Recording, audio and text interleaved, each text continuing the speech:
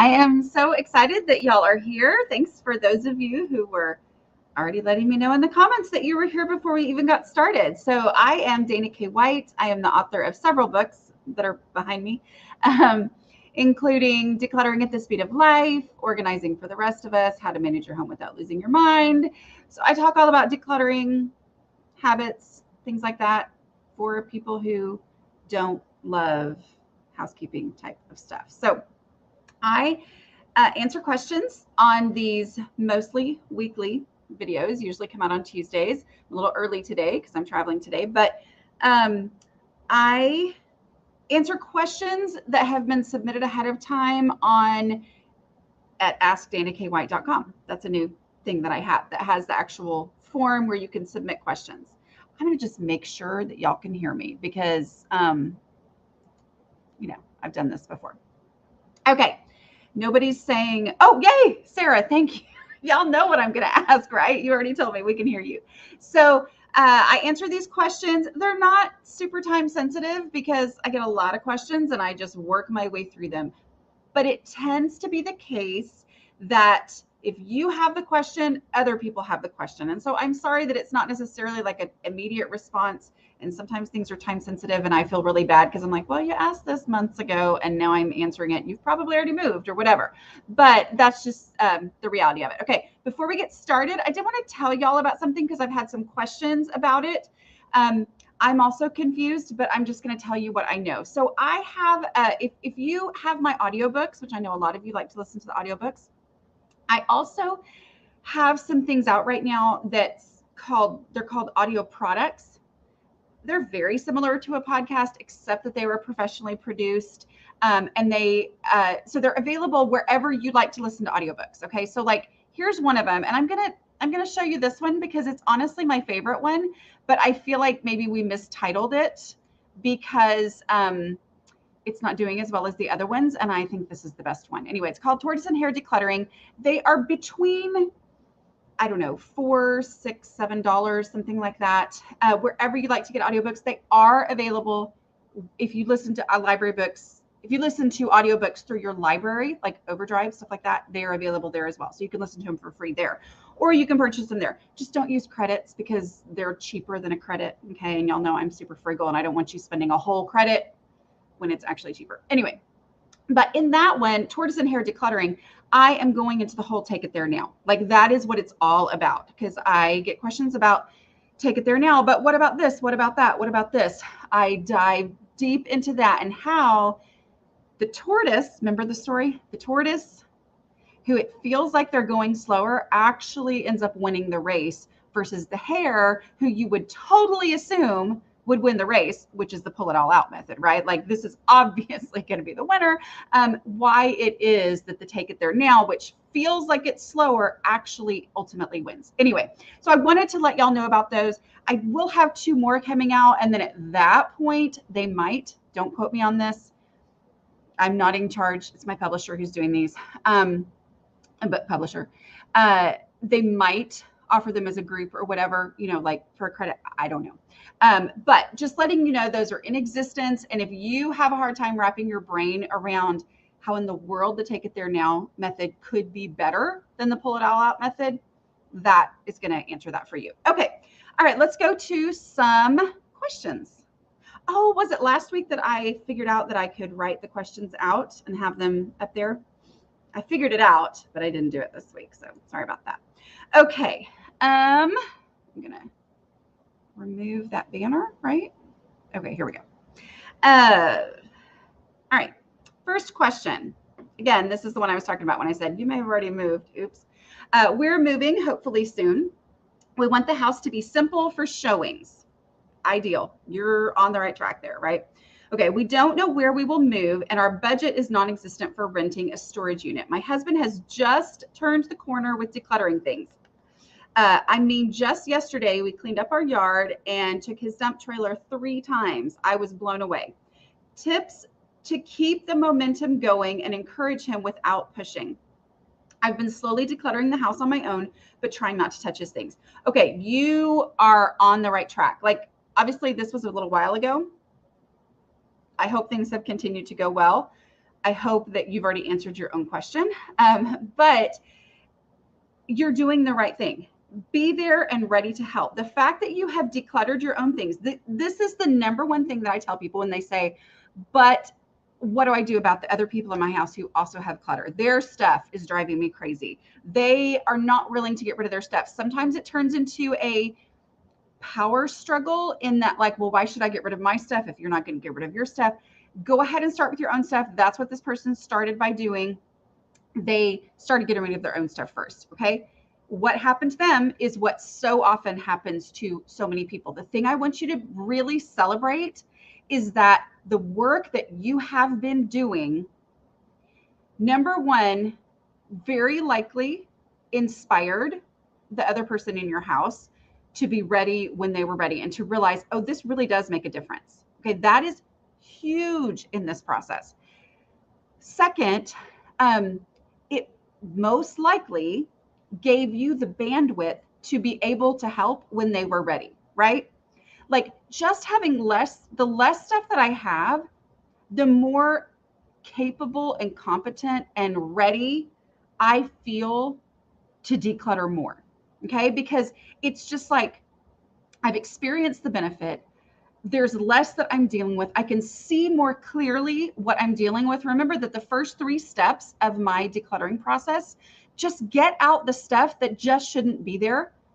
And then you're only looking at what you're dealing with. There's so much value in that. Same thing here. You were ready because of all the stuff. So I want you to pat yourself on the back and just say all this work that I've already been doing for, you said, what, 9 months or something, made you ready for this.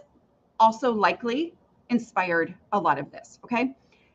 The thing I would say is just encourage, like, avoid the words "I told you so." Okay. I know that was my mother's number one marriage advice, when I got married, was just never say "I told you so." Y'all, it's so hard to not say "I told you so," right? But like, just be excited with them about the work they're doing and be there to help. And focus on that word that you used in the beginning. We want to make it simple for showings. Simplify, simplify, simplify. If there is something that we can remove completely so that we never have to shove it in a closet when it's time to move, that's making our life more simple. I mean, when it's time to do a showing is what I meant. That makes our life more simple, right? Like that creates the simple showings instead of, so there being less stuff to have to be picked up for a showing. That's key. So I would just say, keep doing what you're doing and be there, be ready, be helpful. And you've kind of proven yourself. So, and he's proving himself. I mean, if he got rid of that much stuff, his dump trailer 3 times, that he is on a roll, just ride it. Okay. Like, let him decide what the next thing is, because if you're moving, you're going to have to touch every single item eventually anyway. So, follow his lead on that and just be there to really support and help. And then if he asks questions about, okay, I'm not sure what to do with this, say, okay, well, where would you look for it first? Oh, you wouldn't go looking for it? Well, would it ever occur to you that you already had one? Or if you needed it, would you go out and get another one? Like, use those questions, but use them conversationally. Those 2 questions are my 2 decluttering questions. They are step 4 of my 5-step decluttering process that is in, I can never point the right way, Decluttering at the Speed of Life and Organizing for the Rest of Us. This program that I use for this, like it mixes up the directions. And then I'm me anyway. So, okay. I have a sister-in-law whose house is total chaos. She doesn't have cleaning routines, seems totally overwhelmed. We've never really discussed it, but I would love to get her one of your books. Would that be tacky of me? She's not asked for help. I love her and the kiddos and would love to help, but not sure she even wants help. Okay. This is a subject that I get asked a lot, and I actually can't answer it for you because I don't know your relationship, except that if you're asking me, I'm going to say probably not. Like, if you don't have this kind of a relationship where you feel like you could hand this to her and y'all laugh about it because you've already talked about these things and you're like, hey, this is the thing that has made such a difference in my house or whatever. But like, if you haven't already had the conversation about this is a legitimate struggle, oh my word, this is so hard, and then you found an answer, so you want to share the answer with her, that's one thing. But if y'all have never talked about it, she's never asked for help, I would say no. here's what I do recommend. I recommend that, oh my goodness, here we go again. Organizing for the rest of us. I have heard from people who will tell me that they like to keep it in their bathroom. Like bathroom reading. I'm not going to think too hard about that. But anyway, they keep it there. So like maybe put that book in the bathroom in your house. Because the reason people tell me that is they're like, I put it in the bathroom and then, the people in my house started reading it and it's, kind of funny. And it's like, oh, well, that's easy. That's easy. That's easy. Like that's the reaction that most people have to the tips that are in there, strategies, not tips.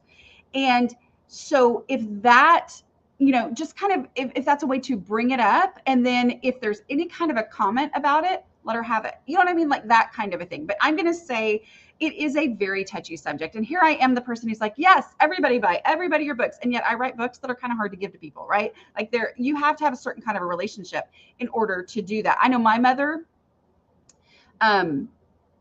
we do have the relationship where she could give me that. And yet she used to give me things that did hurt my feelings. I mean, it's just, it's like I knew, and I knew people noticed, but I didn't want confirmation that anybody was noticing that I needed this help. You know what I mean? So it's a tough thing. But yeah, so have that out. The other thing to do is just, if these things come up in conversation, which they do all the time, housekeeping, decluttering, blah, blah, blah, blah, drives me kind of crazy because I'm like, I don't want to talk about this. Even though I talk about it all the time, right? Those types of conversations do come up. Sharing what has helped you, and that, you read this book. It's by somebody who writes a blog called A Slob Comes Clean. I mean, can you imagine? And yet it was actually helpful. So just like bringing up your own experience is very helpful, and then see the reaction to that, and then say, hey, well, you can have the book or whatever. A lot of these have to do with family. I was going to put that in the title, and I still might, but then there's at least one or two that are not about family, but a lot of them are. How to respond to family who insist I give them items I'm decluttering, but it will only add to their problem of clutter and hoarding. Okay. So I have a series of videos that I did a long time ago, like 4 books. So probably 2015, 2014, maybe. You can go back. It's where I'm wearing different characters. I was thinking about the other day. I was like, that was so much fun. And then I thought, everybody everywhere does videos like that now with all the, little video editing things that exist in apps. And, so I'm like, yeah, that's not special anymore. But anyway, so I played these different characters, and it was basically giving stuff back to people or how to deal with when somebody wanted to dump their clutter on you. So those might be helpful to you in your situation. But I would say, again, I don't know your whole situation. So I don't know what the understanding was. Like, is there something that you were given with the understanding that you would someday pass it on, or, whatever. So it's hard to know. If it's just random stuff that was yours and doesn't have any kind of family significance, I would, if it has no family significance, I would say, donate now and explain later. Or what do they say? Like, ask forgiveness instead of permission, or whatever, just say, oh, I had to get out of my house. I like to take this and put it on myself. All right. Nobody ever likes it when you put it on them. Like, you can't ask me to do this. You are expecting me to do. Instead, I say, I have a hard time in my house. And usually people are like, oh, we know. And I'm like, okay. But I have to get rid of that stuff. I had to get it out of here. I am working on decluttering my house. Okay. And the thing I had to realize was, I used to be the person that everybody felt like they could declutter their stuff into my house because they knew that I would be excited to have it. Like I had created that person that I was, okay, by taking all of their stuff. And so I really had to change that. But just if it's things that don't have any kind of family significance, you just get rid of it. You could offer to let them just take the whole box. Say, well, I've got 3 boxes of stuff, you gonna come get it because I'm headed to Goodwill. I mean, like that kind of thing. If it is family stuff, again, you're gonna have to make this decision according to what it is. I know, when I cleaned out my in-laws' house, I took pictures and just sent it, and I said, hey, by this day, I'm putting these in these spots, but they need to be gone by such and such date or whatever. I had like, so-and-so, your spot is behind the recliner in the living room, and so-and-so, your spot is in that guest room right there or whatever, just to have a place for it to go. So it's tough. And that's where I'm like, different families have different dynamics. And so you can take some of this, but apply it to your family and what would actually work. But the main thing to remember is you have to get stuff out of your house. Like, it's your house and you are trying to get it under control, you have to get stuff out. So whatever that means, say, I'm getting stuff out. There might be some stuff in here. So either you come get it and take it away, and then that way it's on you, or I just have to get rid of it because I have got to get my house under control.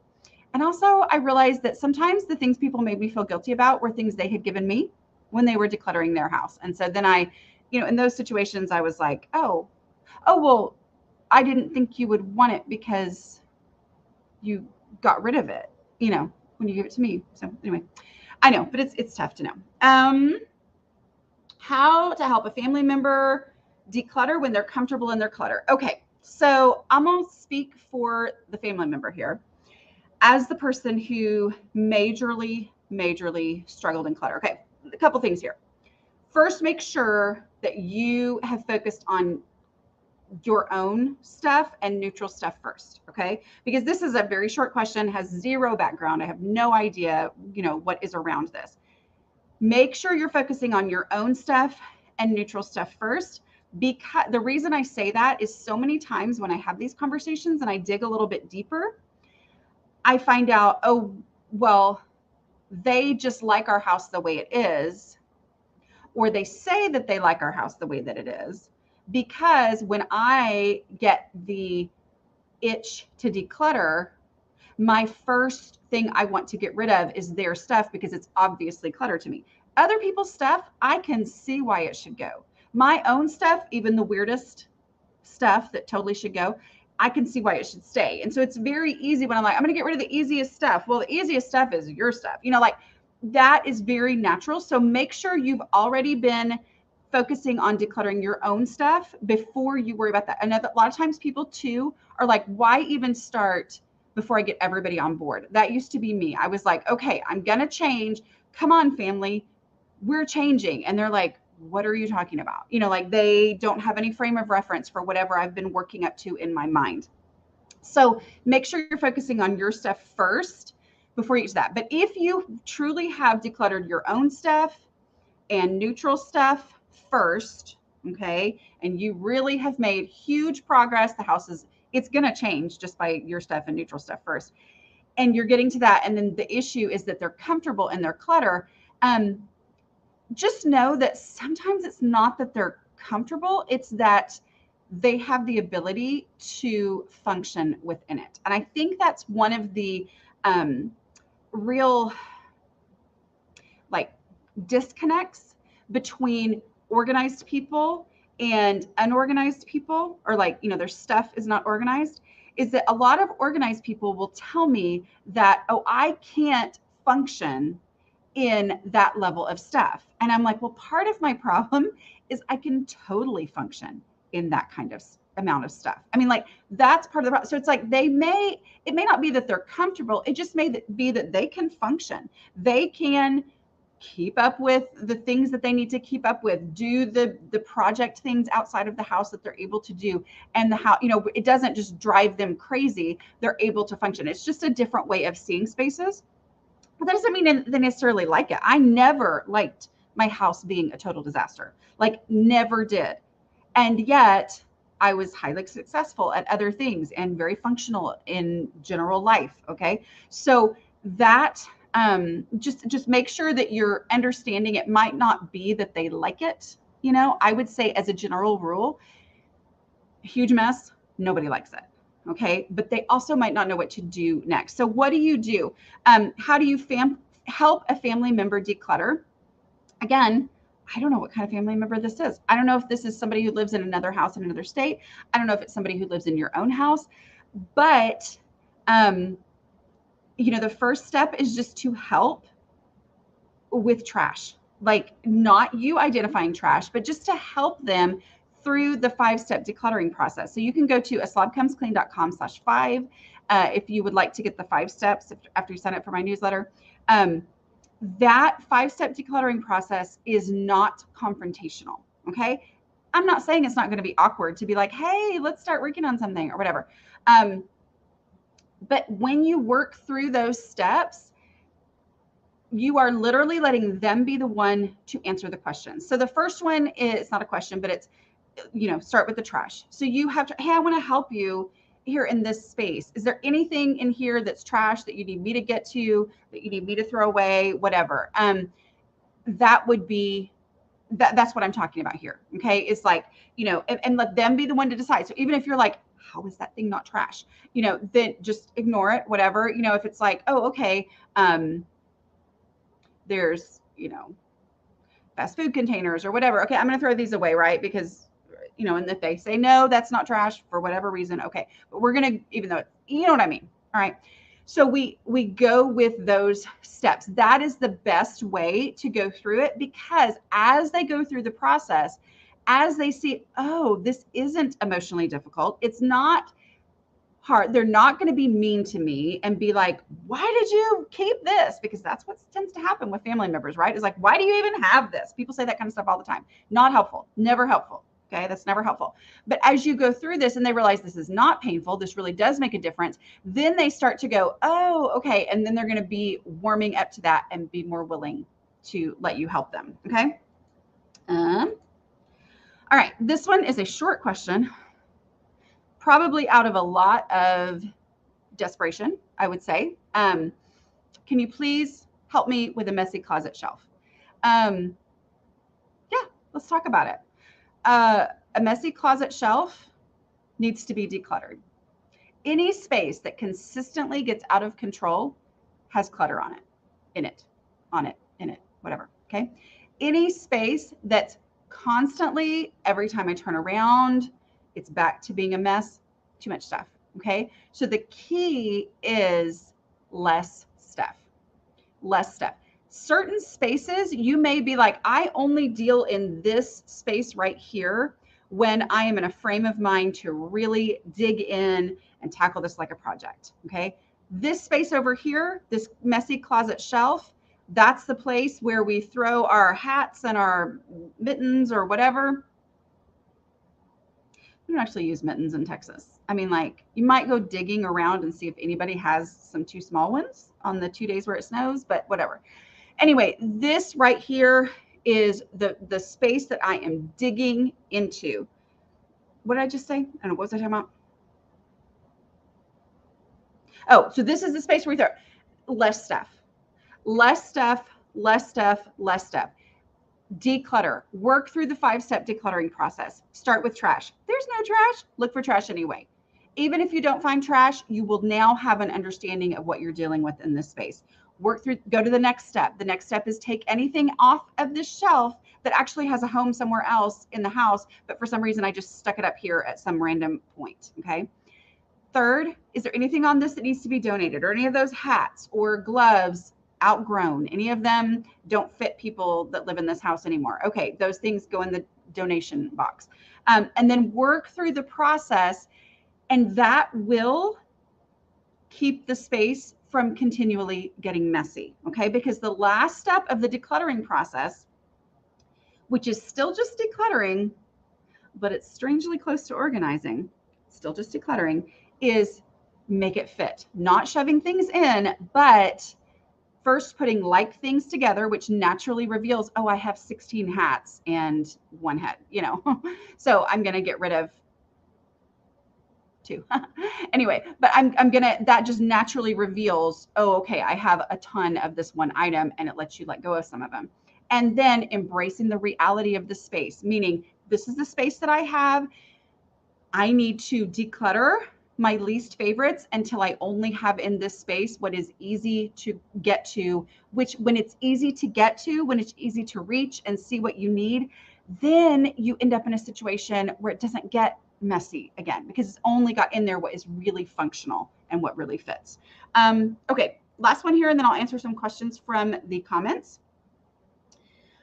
This is a great question because I think a lot of people get here. So this is a really difficult situation and just being spent at the end. So here we go. What if donations are my roadblock? I feel guilty because I just want to trash stuff to keep moving. When my house flooded, my church family came in to help my husband and me salvage and save as much as possible. And I am so extremely grateful. And she says in parentheses, and mortified because my clutter was already out of hand. Once repairs were completed enough to move back in, tons of boxes I didn't pack were moved from a temporary donated storage space into our garage. Since I didn't pack them, I go through each box. I'm still searching for missing legal documents. She says, I've used your brilliant decluttering steps to basically move back in, and it has worked great. I'm down to the final boxes, but I'm so over donating. Any suggestions to get past the guilt of trashing over donating? You have done a fantastic job. You have been through a truly very, very difficult situation. You have used it. I mean, like, you've used it well. You just said, I've followed the steps. It is working amazingly. The things that I'm bringing back into my house, I'm getting rid of so much stuff. You're rocking this, okay? If it is making you crazy, you just got to get the stuff out of there, okay? Because the more it makes you dread the task, the longer it takes you to start the task, which means the stuff stays there longer, which then frustrates you more, which then builds. So it's like, if throwing it away will let you get through these last several boxes so that then you can move forward, just think of all that you have learned and done in your house that is going to mean that in the future, you're under your clutter threshold. You'll be able to do that thing that some people seem to be able to do naturally, which I had to really work hard to do, which is like, get rid of one box of things here and there. Like, that's the goal, right? Those, you'll be like, I can donate that, no problem, because it's one little trip, one whatever. But give yourself permission to just say, I just got to get this stuff out, and I got to do it in the way that's going to make it be over the fastest so I can actually be done through this huge traumatic process that you've been through. Okay. Let's see. Look at comments, and I'll take a few. A dog. What's behind my right shoulder? It's a wig. I don't know if I'm going to keep it up there or not. It's like a glass wig form and a wig. It's one of my favorite ones that I got at a garage sale years ago. Let's see. Challenge for the 80% of us with no basement. I have no basement. So I am one of the people with no basement. How do you handle that? So many keep their company dishes, extra kitchen appliances, etc. in their basement. What about the rest of us? Okay, I am the rest of us. This is me. So as I decluttered, as I did stuff, I mean, my aunt has a basement. My grandparents had a basement. Like, I truly believed that a basement would solve all my problems. And so many times I would keep things thinking, well, if I had a basement, I'm never going to have a basement. We don't have basements in Texas. There might be some place in Texas that's big that have basements. We don't have them here. Okay. So the thing that changed my house was to say, the house I have is the house I have. I may wish that I had a basement. I may wish that I had accessible attic. I don't. It's like pull down I don't even know if I have an attic in this house. I haven't figured it out yet. Anyway, it's like, pull down the attic stairs, and then, those people who in, little old stories, the little kids would go and play in the attic. That does not happen where I live. Okay. Besides, it's super hot up there. So things get damaged up there. They're gross. It's whatever. Like, I don't have those spaces. I don't have these endless, vast spaces of that for storage of stuff. And so the thing that changed my house was saying, you know what? I don't have that. Wishing I had it does me more harm than good. being resentful that I don't have it, it does me more harm than good. So the house I have is the house I have. That means that the space I have is the space I have. The storage that I have is the storage that I have. And I am going to say, okay, well, I sure wish I could have these 3 kitchen appliances that would only get used, at Christmas, but I can't. I wish I could have them. I think they're cool, but I can't have it because I don't have the space. Like that mindset shift changed my house. Just saying, this is the house I have. This is the way it is. And because when I embraced that, and then I was like, oh, I like my house didn't feel too small anymore. Like it wasn't, I didn't resent it anymore. The other thing too is just go ahead and declutter and declutter and declutter, because those first 3 steps don't even deal with that. Those first 3 steps are just getting things out that don't need to be there. As I did that, I found spaces in my home that were storing things that I was like, why in the world? Maybe it was something that so-and-so told me I'd be so glad I had one day. And I didn't realize it had been taking up an entire cabinet for 7 years or something. I mean, like there were lots of stories like that when I was, in the beginning of my process. And as I got rid of that stuff, it was like, oh, I found storage space in my house that didn't have storage space. See what I'm saying? And then I was able to keep the things that I actually really wanted to keep that I wouldn't be able to keep otherwise. Okay.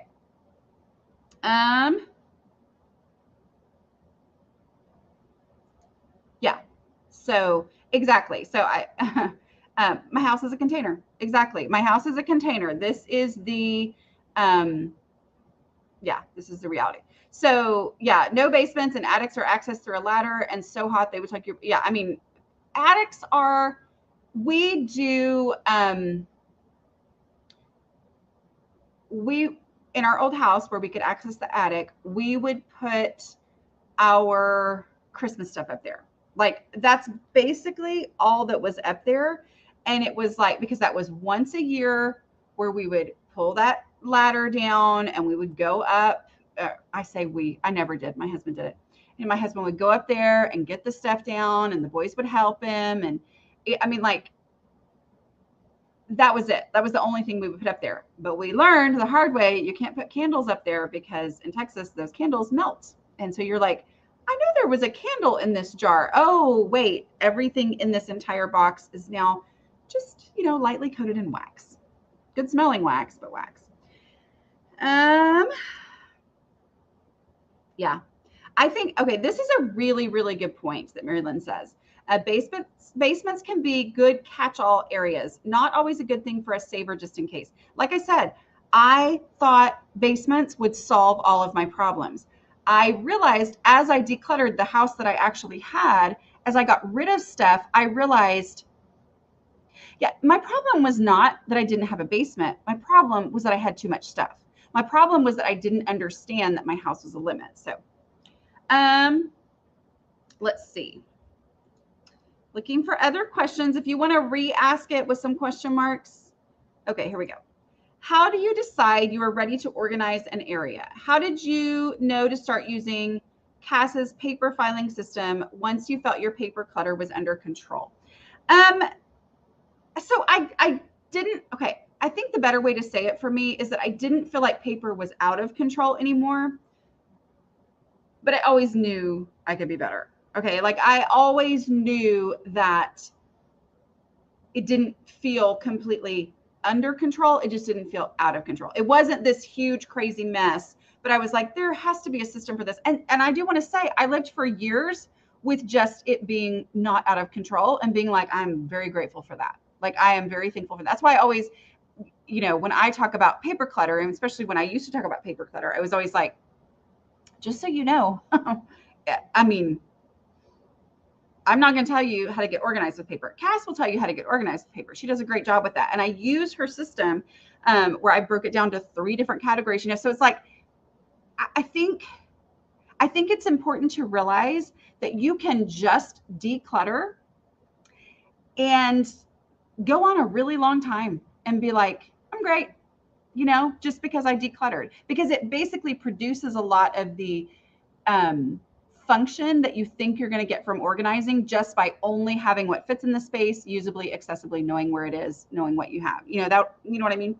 But it's like, okay, at that point, after living with it for a long time and being like, this is fine, I think I'm ready to up this a little bit. And that is when I organize that. But I would say the vast majority of my stuff, I've just been like, I'm fine with it just being decluttered. Somebody said something on here recently, it might have been on a Q&A, but about how helpful it was to realize that things can just have a place on the shelf. They don't have to be in a bin or a bucket on the shelf. Like, the shelf is the place for it. That is my philosophy.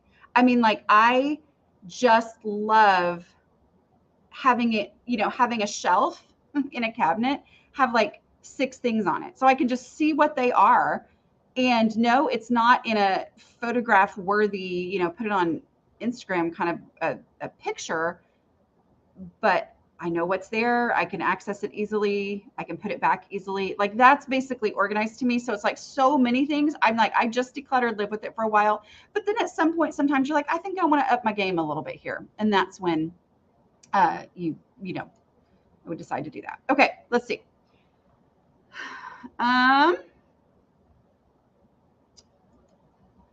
Okay. How to get a 12-year-old boy to help with a 5-minute cleanup. Can take an hour to get 5 minutes of work. Need a new tactic or advice? I mean, this is one of those where I'm like, I don't know the whole situation. I don't know. Here's what I would say. You said it can take an hour to get 5 minutes of work. One thing that I advise on the 5-minute pickups that I had to realize that was, of course, my kids were younger than that, when we started doing them, but was that part of the strategy for me was proving to them that I really did mean 5 minutes. Okay. So, and knowing that those 5 minutes of my kids working might be me spending it going, okay, pick that up, take it. Okay, where would you look for it first? Blah, blah, blah. Those working with them on that. I would say to take it and say, instead of trying to get 5 minutes worth of work, meaning what you would do 5 minutes on, because in his mind, you're not doing a 5-minute pickup, you're doing an hour pickup. You know what I mean? And I had to realize for my own kids that when I said, let's clean up, I said 5 minutes. Their only frame of reference was cleaning up when grandma was coming over, which meant mom goes crazy and everything stops and it's no fun for anybody. And it makes them not want to have people come over. You know what I mean? Like, so that was their frame of reference. So it took me time for them to realize when I say 5 minutes, I really do mean 5 minutes. So I think maybe focusing on the 5-minute part and saying, we're going to set the timer for 5 minutes. You set the actual timer, you work for 5 minutes. You may, 5-minute pickups do not go well in the beginning. They do not go well. It barely with the kids makes any difference. But I think that proving you really do mean 5 minutes is probably key here. Okay. So set the timer for 5 minutes. Work for 5 minutes, even if that means that you're like biting your tongue, but 3 things get put away or 1 thing gets put away, and then timer went off. Okay. And then over time, you'll be proving that you really do mean 5 minutes, which then hopefully, I can't guarantee anything for anybody, but hopefully will help them realize, oh, okay. First of all, she really does mean 5 minutes. Me being difficult about this, I have teenagers, so I understand, but me being difficult is not going to make her give up. Okay. So the proving those 2 things will eventually help that 5 minutes go better. Okay. It's so overwhelming. Basement. Take it there now. It doesn't even work. It always works. Sorry. Because it's absolutely stuffed. Also, not all of the stuff is mine, and Heaven, I don't agree on all that must go. Focus on just your stuff. Getting stuff out, as you said, it is so overwhelming. So many times with a storage area, knowing that this area is out of control and it's where things have been dumped, the goal needs to be really focused on those really steps 1 and 3. Like, I am going to throw away trash. Okay. Y'all didn't see it. I almost made a rude gesture as I was counting down. Anyway, I'm going to really focus on stuff that is easy. Okay. So it's like, I'm going to really focus on trash. I'm going to really focus on this, my stuff only, and just eliminate in that space, because it's out of control, which means it has to have less stuff. Like that shelf question that we talked about just a little bit ago. This helped me with a shelf that's out of control. Declutter. Like, that is the way. Basement's out of control. It needs tons less stuff. And as you go, and as you say, I'm just going to focus on trash. I'm just going to focus on trash. I'm just going to focus on donations. As you start to see it make a difference, you're like, oh, wow, that makes a huge difference. And it's amazing how it builds momentum on that.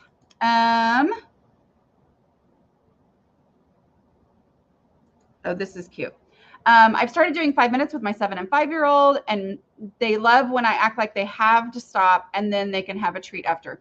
For people, doing 5 minutes is huge. It is. And I know same things don't work with 12-year-olds, but I think it's that. Yeah. I mean, yes, it is that you need to be more stubborn, but you're also teaching. You're also showing. Your show, the 5 minute thing, I think is key. I think it really is, for him to realize, oh, she really does mean 5 minutes. Then it's just not as fun for them to be difficult about. When it's like, oh, after 5 minutes, she's like, okay, we're done. Oh, well, okay, let's see.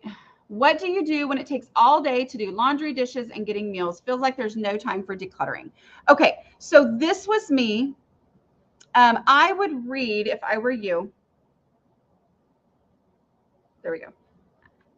How to manage your home without losing your mind. Because that answers this question. And I know that's not what you want to hear. It's also at libraries and stuff. So I'm not just trying to sell you books, even though I love it when y'all buy books. But this is a in-depth question that basically that whole book answers. Okay. And when I say it, I'm only saying that because what you're saying is exactly how I felt. Like, I feel like I'm always working, and yet I never get anywhere. Like, my house never moves forward, so I think focusing first on doing the dishes every single day, because I feel like I could talk for hours on this, and I have talked for hours on this over the time, and I don't have the time to get into it right now, and I want to. So I'm just going to tell you this, and you're going to be like, that doesn't answer my question, except that it does. Do the dishes every day. Like, say, if I can't do anything else, I am going to do the dishes every day. Give that a week. The end of How to Manage Your Home Without Losing Your Mind has 28 days to hope for your home. Spoiler alert, the first 7 days are doing your dishes every day and working through your resistance to doing that, and realizing and helping you realize why doing them every day is a very different thing than maybe what you were doing before. So just like, anyway, I know what you're saying. I know it's deep. That's why there's a whole book on it from me, because I get it. Like, there's some people like, what? That doesn't it makes sense to me. I know exactly what you're asking, and I'm sorry that you feel that way, but I promise there's an answer. Okay. Do you have any tips for explaining all of this, not all of it, to a 4-year-old? Not trying to force her through the process. She has just been trying to tell me to keep things we don't use or need, not her stuff. Okay. So remember that in my 5-step decluttering process, I never ask about using and needing. Will we ever use it? Do we need it? I can't ask myself those questions, because I will come up with a reason why. Your 4-year-old is probably very smart, very creative. And so, did you say she? I can't remember. Anyway, yeah. She sees reasons why you should keep all this stuff. That was me. So I relate very much to your 4-year-old in this situation, is what I'm saying. Remember that the 5-step decluttering process does not use those. Instead, it's yes or no and instinct-based questions. Okay. So the first step is trash. Okay. We're not having discussions about whether something is trash. We're just getting that out. We go on. So, like, it sounds like maybe you're getting rid of something and she's asking the question. Okay. Where would you look for it first? If it's something that she wants to keep in her room, that it needs to be in her, where would you look for it first? Oh, well, well, if you needed it, would you remember that you had it? Okay. And then if she's like, no, I insist I would remember that we had this and I would go looking for it. I can't remember how 4-year-olds talk necessarily, but anyway, then it becomes an issue of, okay, then there's not the space for it in your room. So what are you willing to get rid of in order to be able to keep this, I'm trying to think what a 4-year-old, this empty peanut butter jar. What do you want to get rid of so you'll have room for that? And then, oh, well, I don't want to get rid of anything. Oh, well, there's no space for it. So letting the space be the decider instead of you saying there's no point in this, blah, blah, blah, going, don't go down that road. Just use the steps. They work really well with everybody, honestly. Okay. One more question chosen at random. I'm always scared when I do that. It's going to be like some really hard question. I have an issue with my office craft project room.